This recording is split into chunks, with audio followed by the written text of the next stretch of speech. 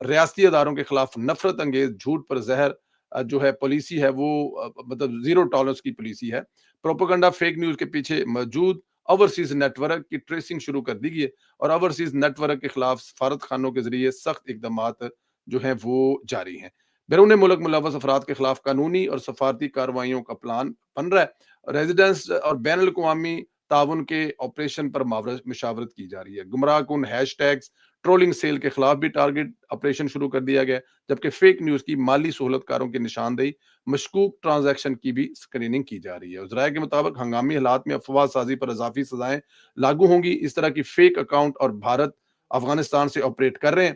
صوبائی focal person نامزد کر دیے گئے ہیں. فوری ری ایکشن اور کاؤنٹر میسجنگ یونٹس بھی فعال ہے، جبکہ فیک نیوز رپورٹ کرنے کے لیے سرکاری ہیلپ لائن 191 ایکٹیو کر دی گئی ہے اور شناخت بھی خفیہ رکھی جائے گی. جی اب یہ جو 1919 ہے، آپ یہاں پہ کال کر کے اپنی شناخت جو ہے وہ خفیہ رکھ کے بتا سکتے ہیں کہ کون سے اکاؤنٹ سے یا کون سی جگہ سے یا کون سے ایسے لوگ ہیں جو یہ اکاؤنٹ چلا رہے ہیں اور یہ جو اس قسم کی فیک نیوز پھیلا کر چلا رہے ہیں، تو اس کے خلاف ان کی کارروائی ہوگی. میرے خیال میں حکومت کو یہ کام کرنے پڑیں گے. پوری دنیا میں کسی جگہ پہ جرت نہیں ہوتی. بہت سارے یورپین ممالک لائک اٹلی کسی کی مرضی کے خلاف آپ جو ہے وہ تصویر نہیں لگا سکتے. ہالینڈ میں شاید ایسا قانون نہیں ہے یا کبھی وہاں نہیں پڑا. کچھ بدبخت لوگ ہیں جو ایسا کرتے ہیں کسی کی مرضی کے خلاف، لیکن بٹ اینی ہاؤ یہ قانون ہے، لا ہے کہ آپ کسی کی تصویر بغیر اجازت کے لے نہیں سکتے، یا کسی کی تصویر بغیر کسی کی ویڈیو بناتے وقت آپ کو اجازت لینی پڑے گی. فرض کیا آپ ریسٹورینٹ میں بیٹھے ہیں تو وہاں پر بھی ویڈیو بنانے سے پہلے آپ کو اجازت لینی پڑے گی. تو یہ ایک اچھا قدم ہے، میرے خیال میں یہاں پر رگڑا لگے گا. پنجاب پولیس نے جو ایک مذہبی جماعت کے سربراہ کے گھر پر چھاپا مارا ہے. حملے کے دوران برآمد ہونے والے سامان کی تفصیل جاری کر دی ہے اور پولیس کے مطابق جو سربراہ ہیں ان کے گھر سے چھاپے کے دوران ملکی اور غیر ملکی کرنسی، طلائی زیورات، قیمتی گھڑیاں، پرائز بانڈ اور دیگر سامان جو ہے وہ برآمد ہوا ہے. پولیس کے مطابق چھاپے کے دوران کروڑوں روپے کے نقد زیورات اور سربراہ کے گھر سے 14 کروڑ 44 لاکھ پاکستانی کرنسی برآمد ہوئی ہے. غیر ملکی کرنسی میں 50,000 کی بھارتی کرنسی بھی شامل ہے. یہ بڑی تفتیشناک بات ہے. یہ کیسے ہو سکتا ہے بھائی؟ آپ تو جس مقصد کو لے کے چل رہے ہیں یا آپ کے والد صاحب جس مقصد کو لے کے چل رہے تھے وہ تو آپ کچھ اور بتاتے ہیں، اور آپ کے گھر سے بھارتی کرنسی برآمد ہے، وہ بھی صرف 50,000. کوئی نہ کوئی تو اس سوال کا جواب ہوگا. خیر یہ ان سے لیں گے. پنجاب پولیس کا کہنا ہے کہ جو مذہبی جماعت کے رہنما کے گھر سے برطانیہ، کینیڈا، سعودی عرب، یو ای کی کرنسی بھی برآمد ہوئی ہے.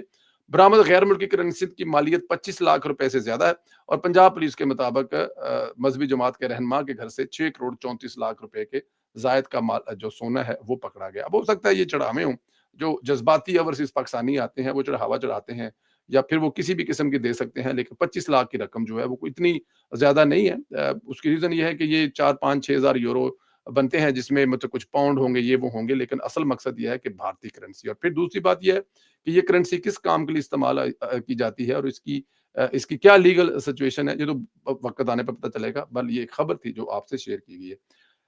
ایف آئی اے نے پرتشدد سرگرمیوں میں ملوث مذہبی جماعت کے خلاف کارروائی کا آغاز کر دی ہے. ترجمان ایف آئی اے کے مطابق مذہبی جماعت کے عہدیداران، کارکنان کے اکاؤنٹس اور اثاثہ جات جو ہیں ان کی جانچ پڑتال کی جا رہی ہے. ترجمان نے بتایا ہے کہ ملزمان کے متعدد بینک اکاؤنٹس کو منجمد کر دیا گیا. منجمد کیے گئے اکاؤنٹ پرتشدد کے احتجاج کی فنڈنگ میں استعمال ہو رہے ہیں اور ایف آئی اے کا کہنا ہے کہ مالی معاونت میں ملوث افراد کے نام سٹاپ لسٹ میں ڈالنے کا سلسلہ جو ہے وہ جاری ہے اور یہ نام ان کے سٹاپ لسٹ میں جاری. ہاں یہ ایک بہت بڑا پرابلم ہے نا کہ یہ جو دھرنے پہ بیٹھنے والے ہیں یا پھر یہ جو اس قسم کے پروٹیسٹ کرتے ہیں، ان کے پیچھے جو کھانے کی دیگیں آتی ہیں، ان کے ساتھ جو انتظامات ہوتے ہیں، ان کے ساتھ جو بہت سارے دوسرے ہوتے ہیں، یہ پیسے کہاں سے آتے ہیں؟ یہ ان کے سپانسر کون ہیں؟ کون لوگ ہیں جو ان کو سپانسر کرتے ہیں؟ حکومت پنجاب نے ای بز پورٹل کا آغاز کر دیا ہے. ای بز صوبے میں کاروباری سہولت آسانیوں کے فروغ کی جانب ایک انقلابی قدم ہے. کاروباری افراد دفاتر یا گھروں کے آرام دہ ماحول میں بیٹھے بغیر کسی سرخ فیتے، تاخیر اور جھنجھٹ کے ای بز کے ذریعے حاصل کر سکتے ہیں سہولتیں. وزیر اعلیٰ مریم نواز شریف نے ٹویٹر پر تفصیل جاری کرتے ہوئے بتایا کہ کاروباری افراد کے لیے خوشخبری کا پیغام دیا ہے. وزیر اعلیٰ مریم نواز شریف نے کہا ہے کہ حکومت پنجاب نے ای بز پورٹل کا آغاز کر دیا ہے. صوبے میں کاروباری سہولت اور آسانیوں کے فروغ کے لیے انقلابی قدم ہے. انہوں نے کہا کہ ای بز پلیٹ فارم سرمایہ کاروں کو اجازت نامے، لائسنس، رجسٹریشن، لینڈ ریونیو مکمل آن لائن سہولت فراہم کی جائے گی کہ اگر آپ نے نیا بزنس کھولنا ہے، کوئی اجازت نامے چاہیے یا کوئی رجسٹریشن ہے، کوئی لینڈ ہے، تو وہ آپ آن لائن اس ایپ کے ذریعے حاصل کر سکتے ہیں. کاروباری افراد دفاتر یا گھروں کے آرام دہ ماحول میں بیٹھے بغیر کسی سرخ فیتے اور تخیر جھنجھٹ کے ذریعے ای بز حاصل کرتے ہیں. یہ مزید شفاف، مؤثر اور کاروباری دوست پنجاب کی تربیت میں ایک یہ دیکھیں، یہ ہیں وہ جو کام کرنے والے ہیں کہ لیس سے لیس آپ کو پیپر ورک میں پھنسایا جائے، زیادہ سے زیادہ آپ کو کھجل خراب نہ کیا جائے، اور آپ جو ڈاکومنٹ حاصل کرنا چاہتے ہیں، جو اجازت نامہ حاصل کرنا چاہتے ہیں، وہ آپ کو آسانی سے مل جائے۔ یہ ہے وہ حکومتیں، یہ ہے اصل کام حکومتوں کا جو کہ کرنا چاہیے۔ ایک چیز میں اور سے آپ سے شیئر کرنا چاہتا ہوں کہ یہ جو موجودہ سیٹ اپ ہے، اس میں آج سے 10 15 سال 20 سال پہلے ہم نے یورپ میں دیکھا ہے کہ اپنی ان کی جو فوجیں ہیں وہ نہ ہونے کے برابر رہ گئی تھی، کیونکہ یورپ سمجھتا تھا کہ اب کسی کی سے ساتھ تو جنگ تو ہونی نہیں ہے، لیکن یوکرین کی جنگ نے ان کو پھر جھنجھوڑ دیا ہے۔ اب دیکھیں نیٹو میں یہ جو یورپین کنٹری ہیں یا نیٹو ممبران ملک ہیں، وہ تقریباً کوئی 2.5 یا 2.6 جو ہے وہ پرسن اپنی جی ڈی پی کا دیتے تھے، لیکن پابند کیا گیا ہے اور کانٹریکٹ سائن کرائے گئے ہیں کہ کم از کم ہر جی ڈی پی جو ہے ملک کی اس کا 5% دیا جائے گا، اور باقی جو دوسرے اخراجات ہیں اس کے علاوہ ہیں۔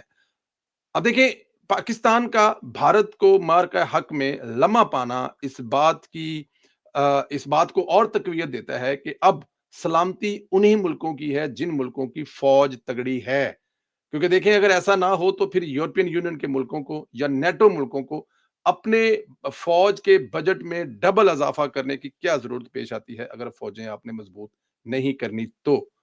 اس سے ثابت یہ ہوتا ہے کہ پاکستان کی فوج جو ہے ایک تو وہ تگڑی ہے، اور یہی وجہ ہے کہ اپنے سے 10 گنا بڑے دشمن کو شکست دینے کے بعد اس وقت پاکستان جو ہے پوری دنیا، اب دیکھیں فرانس سے تگڑا کیا پاکستان، جرمنی سے تگڑا ہے، اٹلی سے تگڑا ہے، امریکہ سے تگڑا ہے، تو جواب تو نہیں ہوگا نا۔